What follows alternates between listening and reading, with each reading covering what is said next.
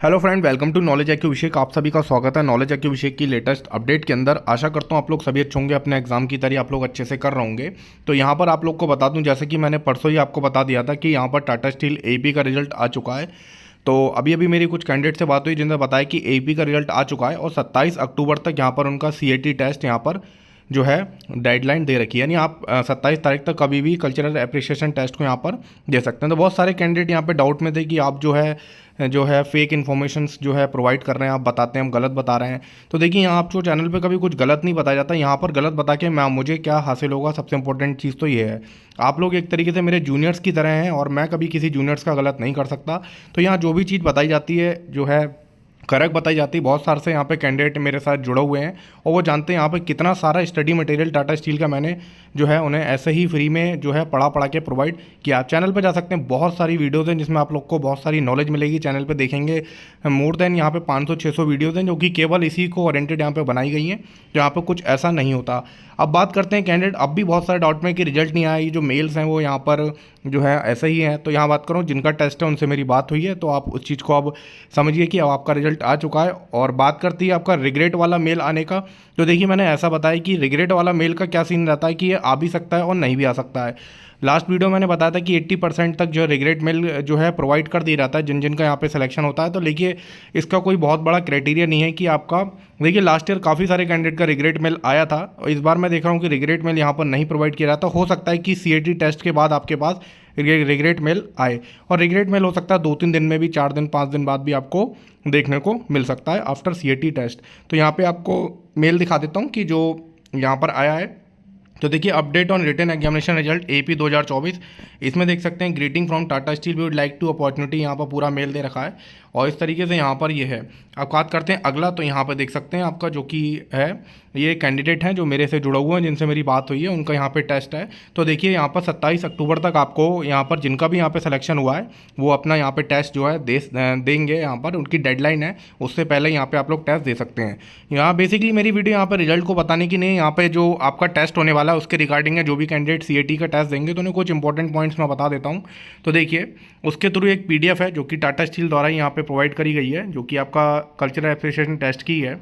इसको एक बार मैं ओपन करके आपको दिखाता हूँ तो आपको कुछ चीज़ें यहाँ पे क्लियर हो जाएंगी।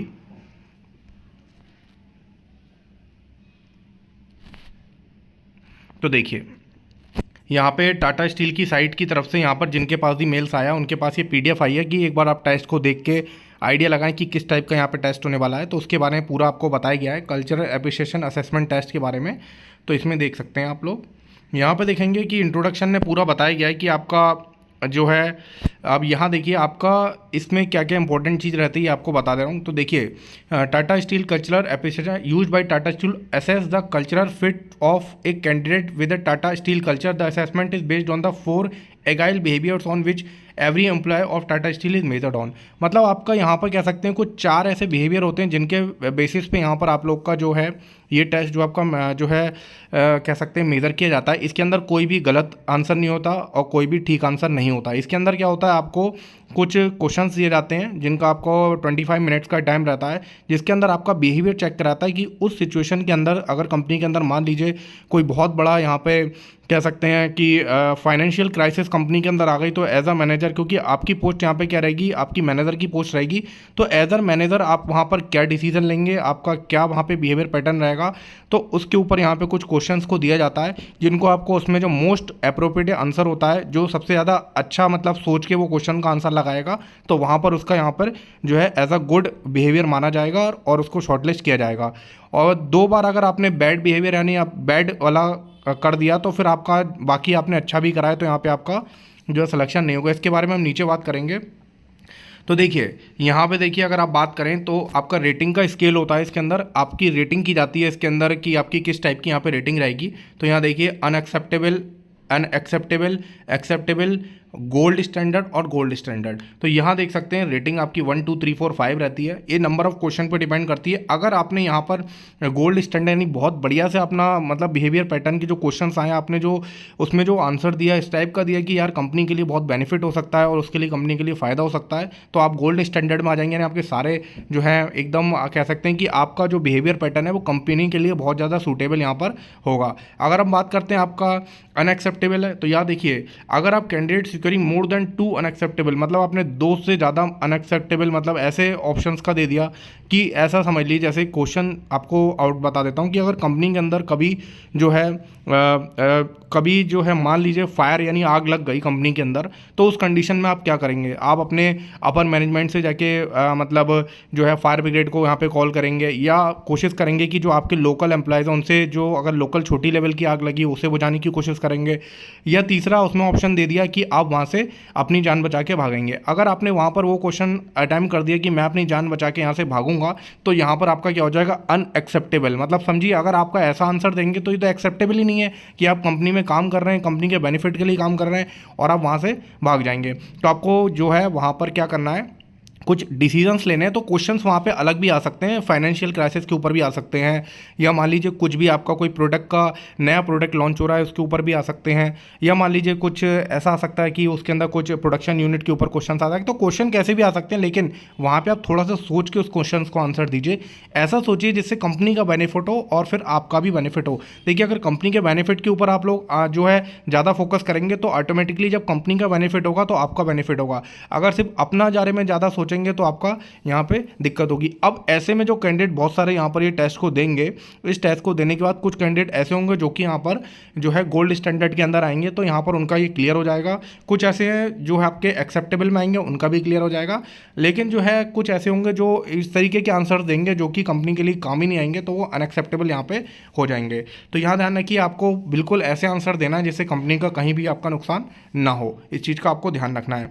अब देखिए इसमें what behaviour potential are measured, इसमें क्या क्या चीज़ें आपकी जो है मेजर करी जाती हैं। तो इसमें आपकी 4 चीज़ें बेसिकली बताया था ऊपर।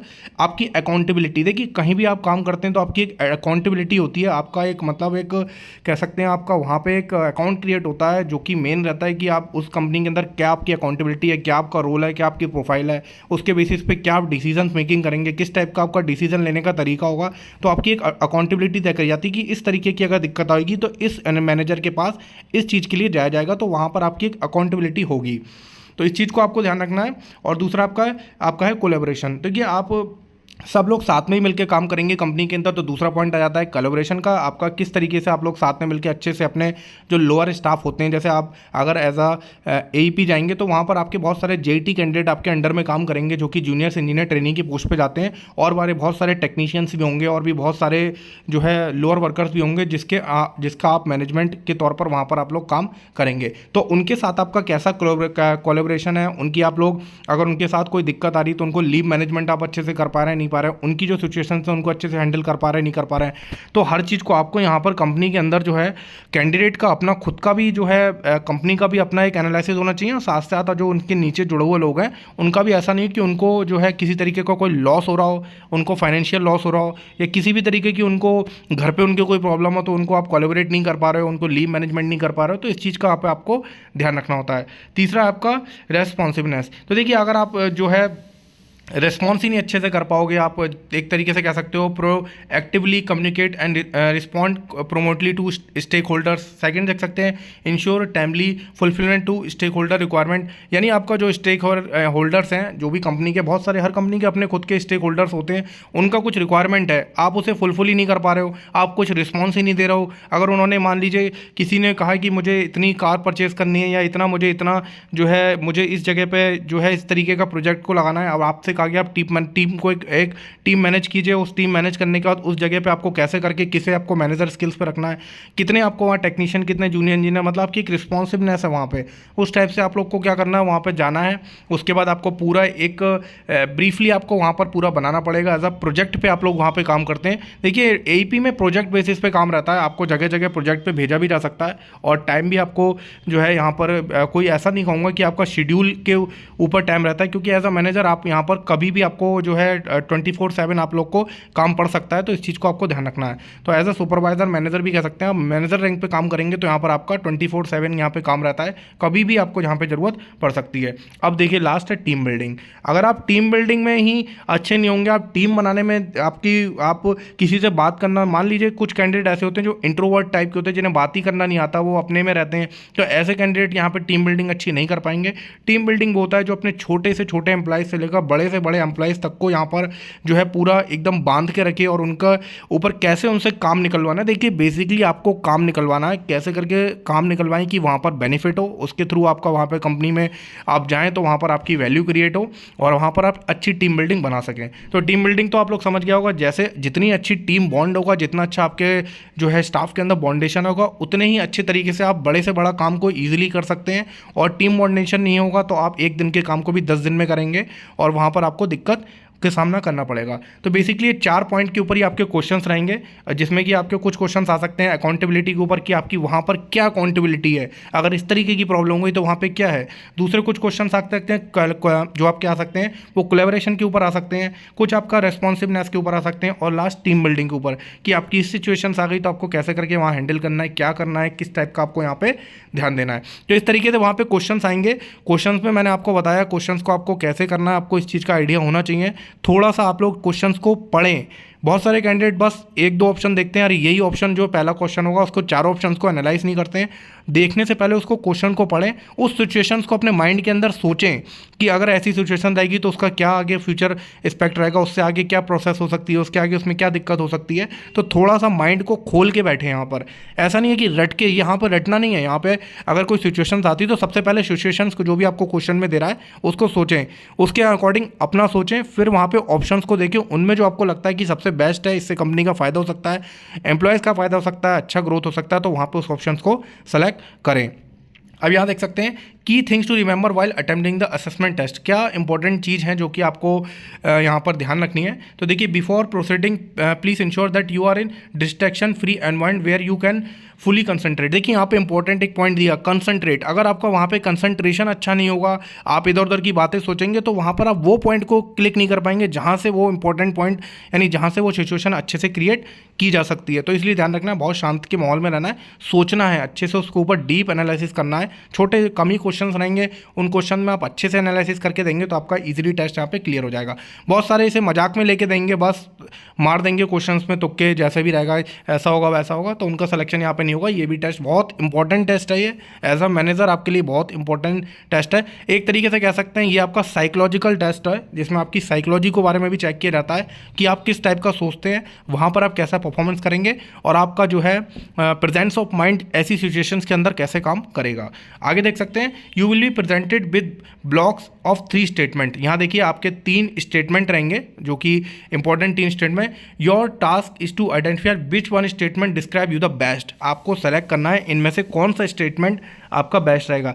यानी एक आपकी सिचुएशंस होगी, उसके ऊपर 3 आपके क्वेश्चंस रहेंगे, उनमें से आपको बेस्ट आंसर सेलेक्ट करके देना है और सोच के देना है, थोड़ा सा पढ़ के देना है, ये बात आप ध्यान रखना। और then from the remaining 2 statement select the one which describe you best. There are 104 such questions. देखिए इस टाइप के 104 क्वेश्चंस होंगे जिनको आपको फटाफट यहाँ पे क्या करना है, पढ़ना है, उनके बारे में डिटेल में सोचना है और उसमें कोई भी गलत या सही नहीं होगा। बस क्या होगा, बिहेवियर के ऊपर होगा। जो आपको लगता है कि यहाँ पे फ़ायदा होगा कंपनी के लिए, वही क्वेश्चन को सेलेक्ट करें। नुकसान अपना भी नहीं होना चाहिए, नुकसान कंपनी का भी होना चाहिए। और हमेशा जो है काम ऐसा करना है कि आपको जो है हमेशा ग्रोथ रेट पे आपको फोकस करके चलना है। तो इसीलिए ये आपका एक तरीके से साइकोलॉजिकल टेस्ट होता है। आगे बढ़ते हैं। देखिए it takes approximately 25 minutes to complete the test. 25 minute आपको यहाँ पे जो है आपको जो मिलेगा। There is no defined time limit to complete. आप देख सकते हैं आगे, देयर आर नो राइट और रॉन्ग आंसर्स। ये मैंने आपको बता दिया, कोई भी राइट और रॉन्ग आंसर नहीं होगा, जो आपको सूटेबल लगता है उसका आंसर देंगे।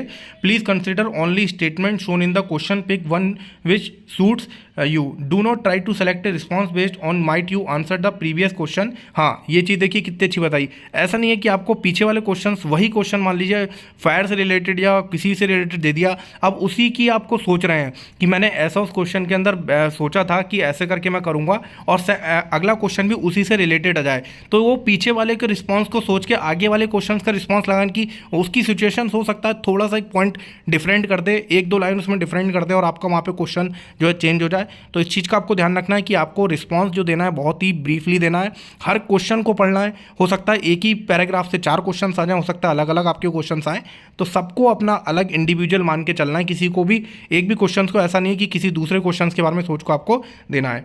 अब यहाँ देखिए एग्जाम्पल के तौर पर देख सकते हैं, first you see the statement, यहाँ पर आपका एक स्टेटमेंट रहेगा, think you about your self at work and pick the one that you think is most like. तो इसमें आपको 3 ऑप्शंस मिलेंगे और यहाँ पर आपको जो भी इंपॉर्टेंट रहेगा वहाँ पे आप लोग को सेलेक्ट कर देना है। बाकी देख सकते हैं next you will see the 2 remaining statement, still thinking about your self at work, pick that one you think more likely you. मतलब आपसे कौन सा, देखिए यहाँ पर एक वर्ड देता है मोर लाइक यू, तो यहाँ पर यही चीज़ बस होता है कि आपको कौन सा पसंद है, ये चीज़ आपको यहाँ पे ध्यान में नहीं देनी है। इंपॉर्टेंट ये रहता है कि वहाँ पर फ़ायदा कैसे हो उस चीज़ को आपको ध्यान देना है।